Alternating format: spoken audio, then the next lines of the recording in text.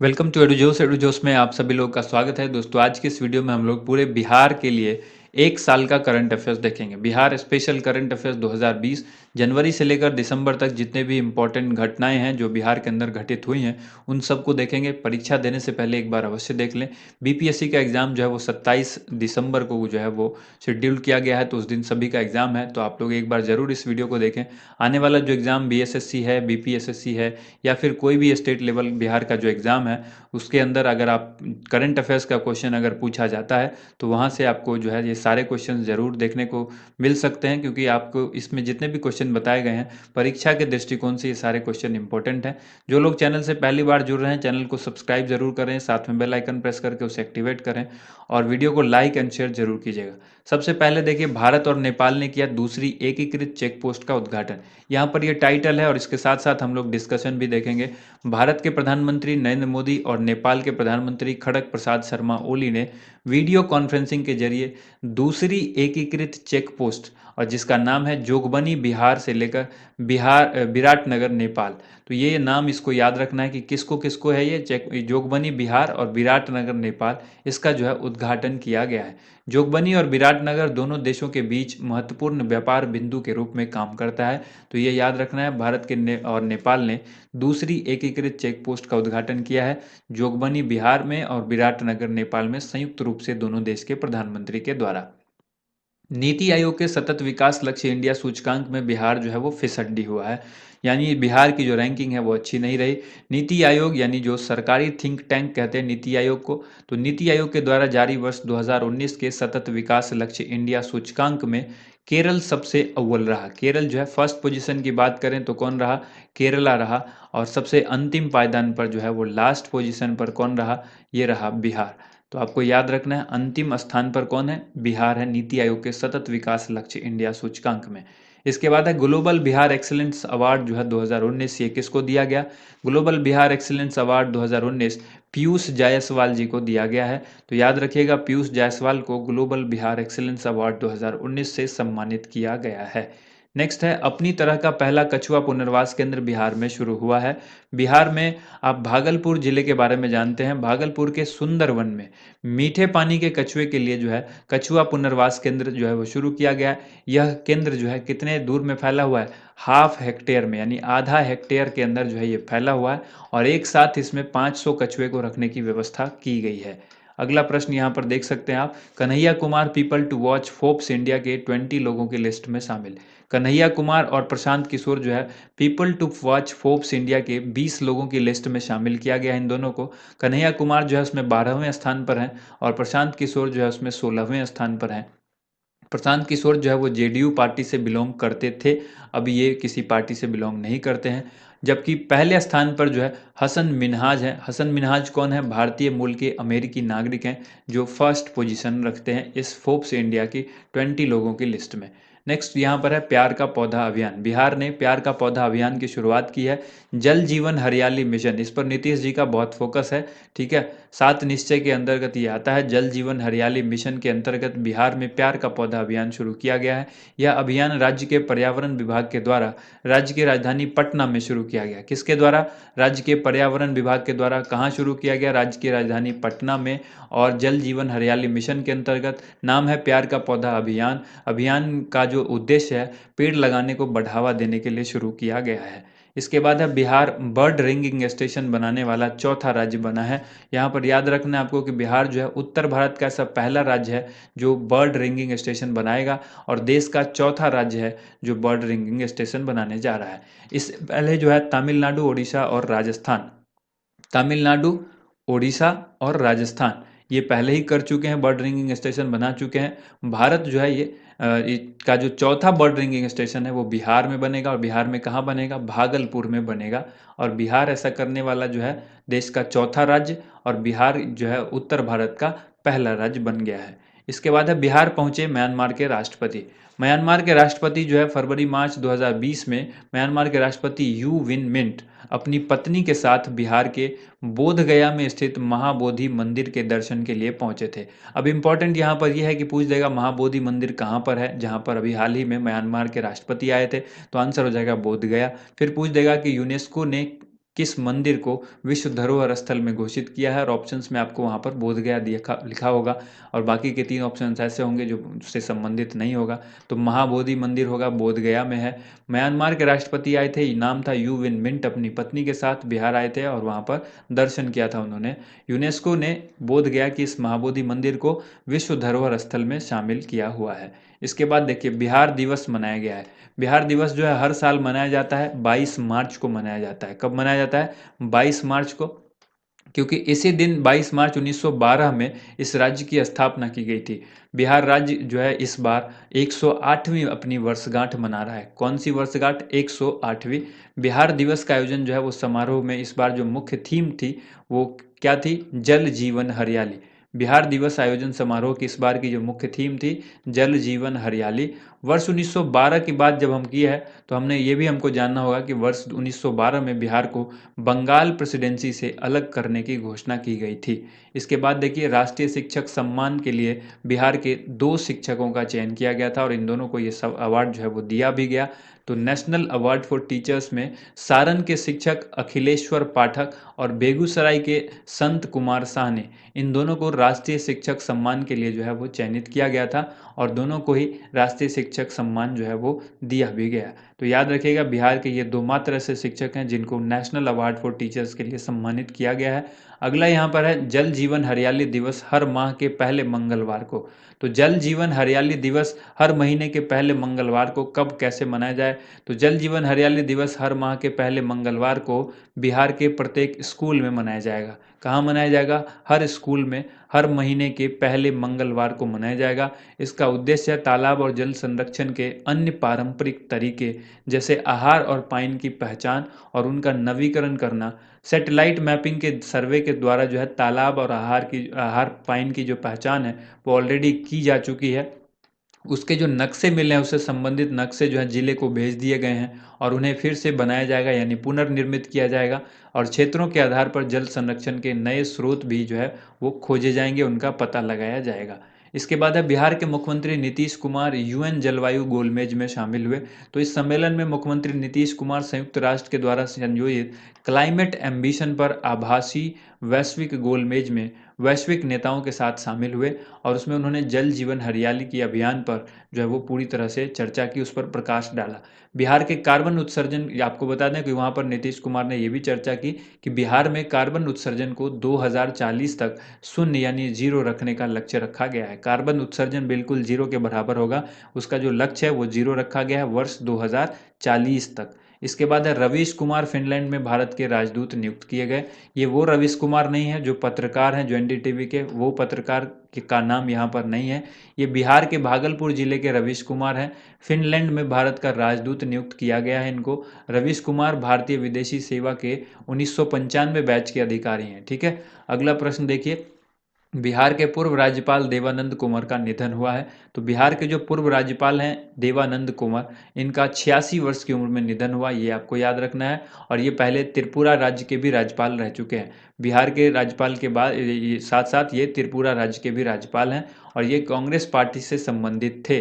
ठीक है, तो अब इनका देहांत हो चुका है। वर्तमान में बिहार के राज्यपाल कौन है? फागू चौहान, जो कि बिहार के 29वें राज्यपाल हैं। इसके बाद देखिए घर तक पहुंचेगा आम और लीची। आम और लीची बिहार में जो है वो घर तक पहुंचेगा। तो बिहार में भारतीय डाक यानी इंडिया पोस्ट ने जो है बिहार सरकार के साथ जो है वो एक साझेदारी की है, जिसमें मुजफ्फरपुर की शाही लीची और भागलपुर का ये जर्दालू आम दोनों ही काफ़ी फेमस है। इन दोनों ही चीज़ों को तीन प्रमुख शहर में पहुंचाया जाएगा। नंबर 1 भागलपुर, दूसरा पटना और तीसरा मुजफ्फरपुर। इन तीनों शहरों में कौन पहुंचाएगा? इंडिया पोस्ट पहुंचाएगा और इसने बिहार सरकार के साथ साझेदारी की है। 72 करोड़ की लागत से मुजफ्फरपुर में पीकू अस्पताल की स्थापना की गई है। याद रखिएगा 72 करोड़ की लागत से चमकी बुखार एवं जापानी इंसेफ्लाइटिस से पीड़ित रोगियों के लिए एसकेएमसीएच, जिस तरह से डीएमसीएच है, पीएमसीएच है, ठीक है, एनएमसीएच है, उसी तरह से एसकेएमसीएच है जो कि मुजफ्फरपुर में है। और इसमें मुजफ्फरपुर में 72 करोड़ की लागत से देश का पहला 100 बेड वाला पीकू अस्पताल यानी paediatric intensive care unit, PICU को हम लोग कहेंगे पेडियाट्रिक इंटेंसिव केयर यूनिट और 60 बेड वाला इंसेफ्लाइटिस वार्ड तैयार किया गया है। कहाँ पर? मुजफ्फरपुर में। नेक्स्ट है बिहार खादी के ब्रांड एम्बेसडर बने पंकज त्रिपाठी। पंकज त्रिपाठी जो बॉलीवुड के अभिनेता हैं, इनको बिहार सरकार ने बिहार खादी का ब्रांड एम्बेसडर बनाया है। यानी अब बिहार खादी के लिए ये प्रचार करेंगे पंकज त्रिपाठी, बॉलीवुड अभिनेता, जिनको बिहार खादी का ब्रांड एम्बेसडर बनाया गया है। बिहार में 800 साल पुरानी, ये इस तरह से होगा, 800 वर्ष या 800 साल पुरानी जो है भगवान विष्णु की मूर्ति मिली है। याद रखिएगा, बिहार के शेखपुरा जिले में, कहाँ मिली है? शेखपुरा जिले में खुदाई के दौरान 800 साल पुरानी विष्णु की मूर्ति मिली है। पुरातत्व विभाग का ये कहना है कि भगवान विष्णु की यह मूर्ति पालकालीन है, यानी पाल वंश यानी पाल काल से संबंधित है। तो ये पाल साम्राज्य मध्यकालीन उत्तर भारत का सबसे शक्तिशाली और महत्वपूर्ण साम्राज्य माना जाता है। तो पाल साम्राज्य से संबंधित है, पाल काल से संबंधित है, जो कि 800 साल पुरानी मूर्तियां मिली है बिहार के किस जिले में? शेखपुरा में। बिहार मानवाधिकार आयोग के नए अध्यक्ष कौन बने हैं? विनोद कुमार सिन्हा। बिहार मानवाधिकार आयोग के अध्यक्ष बने हैं विनोद कुमार सिन्हा। सेवानिवृत्त न्यायमूर्ति हैं, उच्च न्यायालय से सेवानिवृत्त हैं, उच्च न्यायालय से सेवानिवृत्त हैं, ये आप इसको याद रखिएगा। और विनोद कुमार सिन्हा इनका नाम है, बिहार मानवाधिकार आयोग के नए अध्यक्ष नियुक्त किए गए हैं। पिछले 4 वर्षों से यह जो पद है ये खाली था बिहार मानवाधिकार आयोग का। इसकी जगह पर कार्यकारी अध्यक्ष काम कर रहे थे, लेकिन फाइनली इनको जो है नया अध्यक्ष मिल गया। इसके बाद है दूरदर्शन पटना केंद्र देश का पहला ग्रीन हब बन चुका है। देश का पहला ग्रीन हब क्यों बना है? क्योंकि पटना दूरदर्शन केंद्र ने क्या किया है? इलेक्ट्रिक कारों का परिचालन शुरू कर दिया है। इलेक्ट्रिक कार का परिचालन शुरू किया है, इसलिए ये ऐसा करने वाला देश का पहला ग्रीन हब बना है। इसके लिए 5 इलेक्ट्रिक कार के परिचालन के लिए दूरदर्शन केंद्र के डिप्टी डायरेक्टर राजीव सिन्हा ने हरी झंडी दिखा करके इन 5 कार का परिचालन शुरू किया। तो दूरदर्शन पटना जो है वो देश का पहला ग्रीन हब बन गया है। भागलपुर से बक्सर तक अश्वगंधा कॉरिडोर बनेगा। अश्वगंधा जो कि एक प्रकार का पेड़ है और उससे कई सारी चीज़ें, उसकी जड़ों से बहुत सारी चीज़ें ऐसी बनाई जाती है। तो आप इसको याद रखेंगे, अश्वगंधा में रोग प्रतिरोधक क्षमता जो है बहुत अधिक होती है। इसका इस्तेमाल मेडिसिन बनाने में किया जाता है, इसका इस्तेमाल औषधि बनाने के लिए किया जाता है। यानी बिहार सरकार ने यह घोषणा की है कि बिहार में भागलपुर से लेकर बक्सर तक, भागलपुर से लेकर बक्सर तक जो है वो अश्वगंधा कॉरिडोर बनाया जाएगा। यानी इसमें अश्वगंधा की खेती पर ज़्यादा फोकस किया जाएगा और यह आसान होती है इसकी खेती करना। ठीक है, कोरोना काल में इसका डिमांड जो है अश्वगंधा का काफ़ी बढ़ गया था, क्योंकि इससे इम्यूनिटी बढ़ती है और ये शरीर में रोग प्रतिरोधी क्षमता को बढ़ाता है। तो इसकी वजह से और किसानों को बहुत फ़ायदा भी होगा इसकी खेती करने से। तो बिहार सरकार ने ये जो है जो घोषणा की है कि भागलपुर से बक्सर तक अश्वगंधा कॉरिडोर बनाया जाएगा। इसके बाद है ब्रिक्स बैंक के उपाध्यक्ष बने अनिल किशोर। अनिल किशोर को बिहार, जो कि बिहार के भोजपुर जिले के रहने वाले अनिल किशोर, इनको ब्रिक्स बैंक का उपाध्यक्ष बनाया गया है। वे ऐसी उपलब्धि हासिल करने वाले पहले भारतीय हैं। इससे पहले कोई भी ऐसा भारतीय नागरिक या व्यक्ति नहीं है जो कोई भी ऐसा भारतीय नहीं है जो विश्व ब्रिक्स बैंक का उपाध्यक्ष बना हो। ये पहले ऐसे व्यक्ति हैं, नाम है अनिल किशोर। मुजफ्फरपुर में राष्ट्रीय इलेक्ट्रॉनिक और सूचना प्रौद्योगिकी संस्थान नीलिट के डिजिटल प्रशिक्षण और कौशल केंद्र की स्थापना की गई है। तो केंद्र सरकार ने बिहार के मुजफ्फरपुर में राष्ट्रीय इलेक्ट्रॉनिक एवं सूचना प्रौद्योगिकी संस्थान के डिजिटल प्रशिक्षण और कौशल केंद्र की आधारशिला रखी। इसमें खर्च कितना है? तो लागत है 9.17 करोड़ रुपए। 9.17 करोड़ रुपए की लागत से इसको तैयार किया जाएगा। इसके बाद है विधानसभा अध्यक्ष विजय कुमार चौधरी की पुस्तक सियासत में सदास्यता। सियासत में सदास्यता ये पुस्तक है। पूर्व अध्यक्ष हैं विजय कुमार चौधरी और इनकी पुस्तक को जो है वो नीतीश कुमार ने विमोचन किया था। तो उस वक्त वो विधानसभा के अध्यक्ष थे और नीतीश कुमार उस वक्त मुख्यमंत्री थे। तो सीएम नीतीश कुमार ने बिहार विधानसभा अध्यक्ष विजय कुमार चौधरी की पुस्तक सियासत में सदास्यता का विमोचन किया। लेकिन अब जो है वो विजय कुमार चौधरी स्पीकर नहीं है, यानी ये जो अध्यक्ष की बात करें तो वो अब ये नहीं है। कौन है इनकी जगह पर? इनकी जगह पर है विजय कुमार सिन्हा। विजय कुमार सिन्हा आपको याद रखना है। विजय कुमार सिंह जो है, सिंह है या सिन्हा है, ये ठीक है, ये आपको याद रखना है। बिहार में नरेंद्र मोदी जी के द्वारा ऑप्टिकल फाइबर की शुरुआत की गई है। बिहार के अंदर इंटरनेट सेवाओं के लिए प्रधानमंत्री ने ऑप्टिकल फाइबर की शुरुआत की है। ऑप्टिकल फाइबर सेवाएं घर तक फाइबर योजना के तहत जो है प्रदान की जा रही हैं और इसकी शुरुआत जो है वो बिहार से ही की गई है। इन सेवाओं को कॉमन सर्विस सेंटर यानी CSC के जरिए जो है वो पूरा निष्पादित किया जाएगा और यह परियोजना जो राज्य के 45,945 गांवों को जोड़ेगी। इस प्रकार डिजिटल क्रांति को बिहार के हर कोने तक पहुंचाया जाएगा। बिहार ऐसा पहला राज्य होगा जिसने 31 मार्च 2021 तक अपने सभी 45,945 गांव को इससे जोड़ने का लक्ष्य जो है वो निर्धारित किया है। इसके बाद देखिए, दरभंगा में एम्स के निर्माण के लिए 1200 करोड़ रुपए की स्वीकृति दी गई है।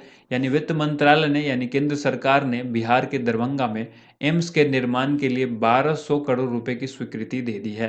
प्राइमरी प्रोजेक्ट रिपोर्ट के अनुसार दरभंगा एम्स जो है वो 750 बेड का अस्पताल होगा। आपको बता दें कि दरभंगा में एयरपोर्ट भी ऑलरेडी चालू हो चुका है, तो आप इसको भी याद रखिएगा कि बिहार में अब दूसरी जगह एयरपोर्ट कौन सा है जहां पर डोमेस्टिक फ्लाइट जो है ऑलरेडी चालू हो रही है। तो पटना के बाद अब उस दरभंगा का ही नंबर है जहां पर ये तो अभी तो वर्तमान में नंबर 1 पटना, दूसरे नंबर पर दरभंगा है जहां पर ये फ्लाइट का आवागमन होता है। ठीक है, यानी आप लोकली यानी डोमेस्टिकली जो आप कहीं से आने हैं, जैसे दिल्ली से आपको दरभंगा आना है तो आपको डायरेक्ट फ्लाइट मिल जाएगी, दिल्ली से पटना आना है तो डायरेक्ट फ्लाइट मिल जाएगी। तो इन दो जगहों पर अभी जो है ये फ्लाइट चल रही है, तो 2 एयरपोर्ट जो है वो रनिंग है जिसको आपको याद रखना है। इसके बाद है बिहार का ऐतिहासिक कोसी रेल महासेतु राष्ट्र को समर्पित। बिहार का ऐतिहासिक कोसी रेल महासेतु को प्रधानमंत्री श्री नरेंद्र मोदी ने वीडियो कॉन्फ्रेंसिंग के माध्यम से इसका जो है उद्घाटन किया। कोसी रेल महासेतु 1.9 किलोमीटर लंबा है, 1.9 किलोमीटर यानी लगभग 2 किलोमीटर लंबा है और इसके निर्माण में जो है टोटल 516 करोड़ रुपए खर्च हुए हैं। 516 करोड़ रुपए की लागत से ये बना है। भारत नेपाल सीमा के साथ बना है यह पुल और यह भारत नेपाल सीमा के साथ बना यह पुल जो है सामरिक महत्व रखता है। कोसी रेल लाइन की परिकल्पना 2003 में की गई थी।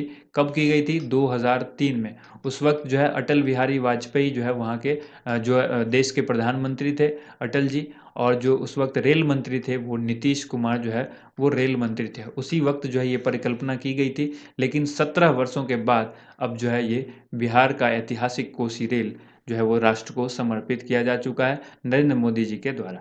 इसके बाद है मखाना को मिला जीआई टैग। जीआई टैग जो है मखाना को दिया गया है।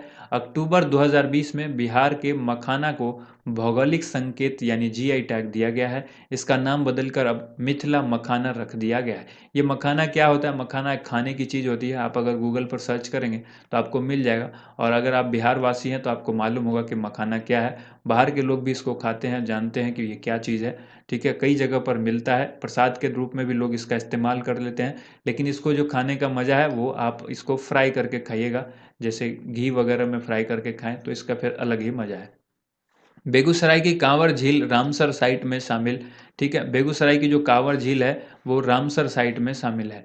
बेगूसराय की कांवर झील को रामसर साइट में शामिल किया गया है। बिहार में है ये बेगूसराय और बेगूसराय की है ये कांवर झील। यह बिहार की ऐसी पहली झील है जिसको रामसर साइट में शामिल किया गया है और देश की 39वीं ऐसी झील है जिसको रामसर साइट में शामिल किया गया है। इसके बाद है 7वीं बार बिहार के मुख्यमंत्री बने हैं कौन? नीतीश कुमार। 7वीं बार बिहार के मुख्यमंत्री नीतीश कुमार बने हैं। नीतीश कुमार 7वीं बार बिहार के मुख्यमंत्री बने तो ये उनका जो कार्यकाल है ये चौथा कार्यकाल है। 2005 से अब तक जो है वो वहाँ मुख्यमंत्री रहे हैं। हालांकि बीच में 2014-15 में जीतन राम मांझी कुछ महीनों के लिए मुख्यमंत्री रहे थे। उसके बाद वर्तमान में तारकिशोर प्रसाद सिंह और रेणु देवी, इन दो का नाम आपको याद रखना है, ये जो डिप्टी सीएम है यहाँ के। ठीक है, तारकिशोर प्रसाद और रेणु देवी।